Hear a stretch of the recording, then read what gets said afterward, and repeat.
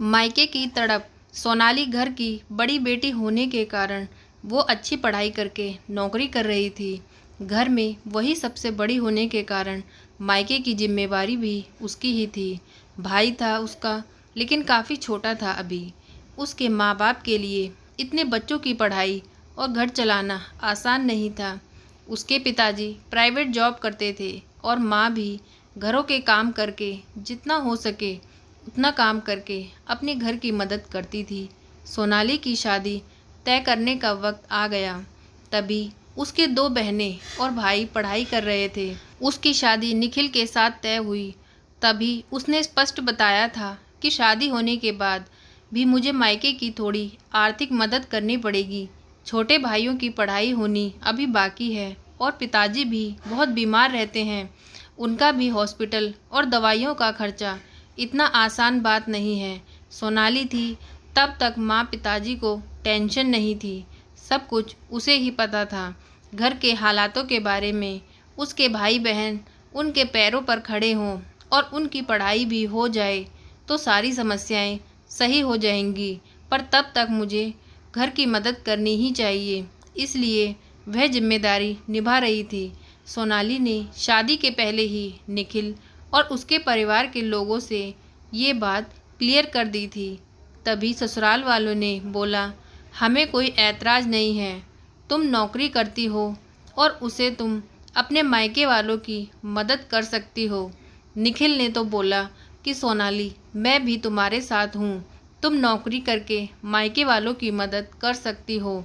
मेरी तरफ से भी कोई ऐतराज़ नहीं है।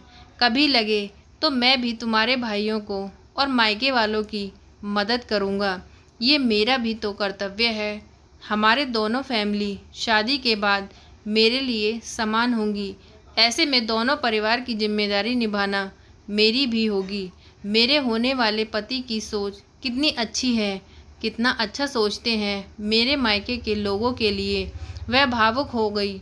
उनके विचार सुनकर थोड़े दिन बाद उनकी सगाई हो गई। सोनाली के मायके वालों ने शादी सभी की उपस्थिति में की।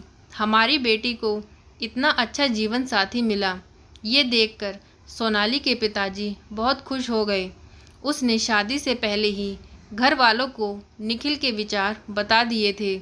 उस वजह से घर वालों को लगता था कि सोनाली निखिल के साथ सुखी संसार जी सकती है।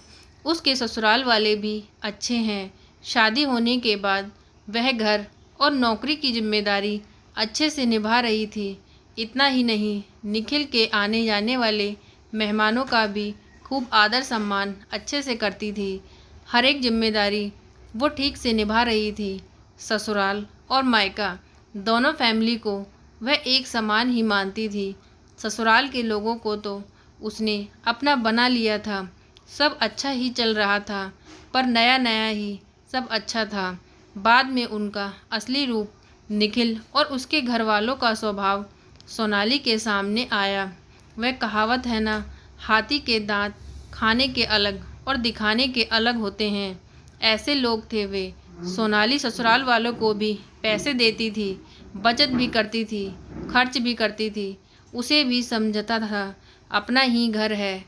उसे सभी बातों की और जिम्मेदारियों का एहसास था, इसलिए खुद पर पैसे वह खर्च नहीं करती थी।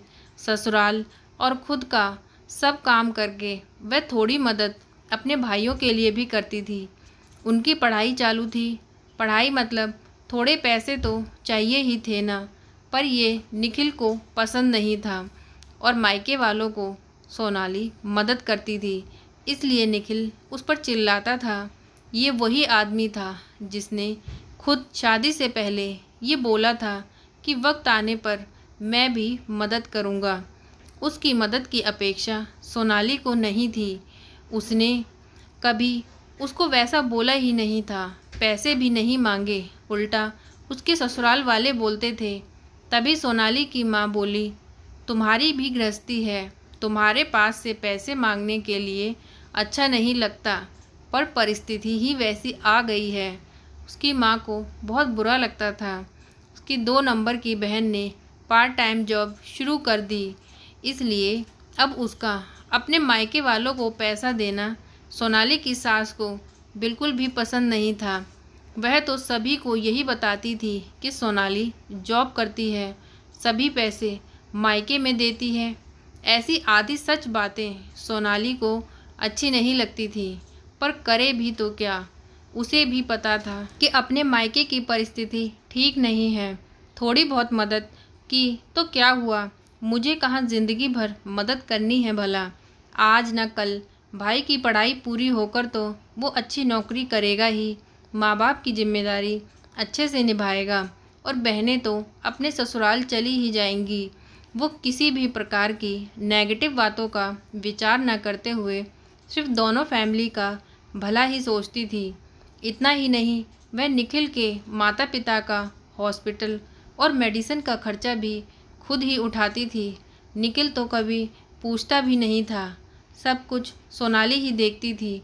उसे हमेशा उसकी सास बोलती थी, किया तो क्या हुआ, ये तो उसका कर्तव्य है। पर ऐसे नहीं बोलती थी कि मायके की मदद करना भी एक कर्तव्य है। यह मात्र वह भूल गई थी। दोनों साइड का विचार वह करती ही नहीं थी। कई दिनों बाद सोनाली के पिताजी उनको छोड़कर चले गए। वह तब भी नहीं हारी, सब कुछ अकेले ही मैनेज कर रही थी। सोनाली मायके वालों की मदद अभी भी करती है। यह सब पता चला जब निखिल ने उसे बहुत डांटा। सास ससुर ने भी डांट लगाई, तभी सोनाली शांत न रह पाई। वह भी पढ़ी हुई नौकरी करने वाली लड़की थी, निखिल से ज़्यादा कमाने वाली। दोनों परिवार की आर्थिक समस्या वही संभालती थी। उस दिन उसे भी उनके बोलने पर गुस्सा आया। वह बोली, अगर एक लड़की ने ससुराल की मदद की तो चलेगा और मायके में मदद की तो वह क्यों नहीं चलता? ऐसा क्यों?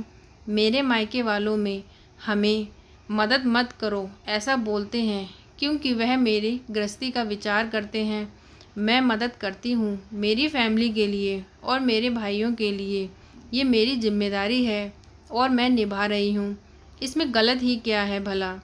जिस माता पिता ने मुझे इतना कष्ट करके पढ़ाया, बड़ा किया, आज मैं उनकी वजह से इतनी बड़ी पोस्ट पर हूँ, अच्छा खासा पैसा कमा रही हूँ, तो मायके में ज़रूरत होने पर थोड़े दिन मैंने आर्थिक मदद की तो क्या हुआ। और हाँ, मैं आपका भी सब कुछ करती हूँ, हमारी गृहस्थी और भविष्य इसका विचार करके बचत भी करके पैसे जमा कर रही हूँ।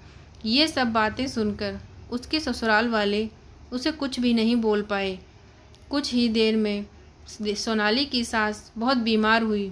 उनकी बेटी तो खुद आधे पैसे भरने के लिए तैयार थी। तब सोनाली बोली, दीदी हम दोनों हैं ना, निखिल और मैं देखते हैं, पैसों का आप चिंता मत करिए।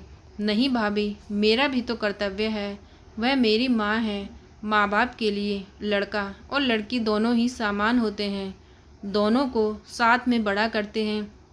पढ़ाई नौकरी उनकी ही वजह से पूरी होती है, तो ऐसे वक्त में मायके में लड़की ने मदद की भी तो क्या होगा। मैं भी जॉब करती हूँ, मेरी भी अपनी सेविंग है। अर्थात सोनाली भी ऐसे ही विचारों की थी। अपनी बहन की बातें सुनकर निखिल और उसके माँ बाप का सिर शर्म से नीचे झुक गया। वह बोली, शादी होने के बाद भी मायका लड़की के लिए पराया नहीं होता। लड़की ने तो मायके की भी जिम्मेवारी ली या अपने माता पिता के लिए कुछ किया तो कुछ बिगड़ नहीं जाता। यही बात सोनाली कितने दिनों से बोल रही थी, तभी उसकी सास को ये बात अच्छी नहीं लगती थी। यही बात जब उसकी बेटी ने बोली और उसने की हुई मदद, ये सब देखकर सोनाली के साथ उसने कहा, हमने अच्छा बर्ताव नहीं किया। उससे उसकी सास को पछतावा होने लगा। निखिल को भी बहुत बुरा लगा। दोनों ने सोनाली से माफ़ी मांगी, क्योंकि उनको भी समझ में आया कि शादी होने के बाद भी लड़की की मायके की जिम्मेदारी कर्तव्य भूला नहीं जाता। वह खुद के पैरों पर खड़ी होगी, नौकरी कर रही होगी और मायके की परिस्थिति यदि अच्छी नहीं होगी तो मायके में भी मदद की ज़रूरत होगी, तो मदद देनी चाहिए। ऐसे वक्त लड़की ने मदद करना उसका कर्तव्य होता है। उसके लिए दोनों परिवार समान होते हैं। इस सब में सिर्फ उसके ससुराल वालों ने समझ के उसका साथ देना चाहिए, यही उनकी अपेक्षा रहती है। शादी हो गई इसलिए मायके का उसके लिए कोई महत्व नहीं, ऐसा भी ना हो। लड़की की ससुराल के प्रति जिम्मेदार होती है, वैसे ही मायके के लिए भी उसकी जिम्मेदारी होती है। तो दोस्तों इतनी सी थी ये कहानी। आज की ये कहानी आपको कैसी लगी प्लीज़ कमेंट करके बताएं। प्लीज़ वीडियो को लाइक करें, चैनल को सब्सक्राइब करें। Thank you.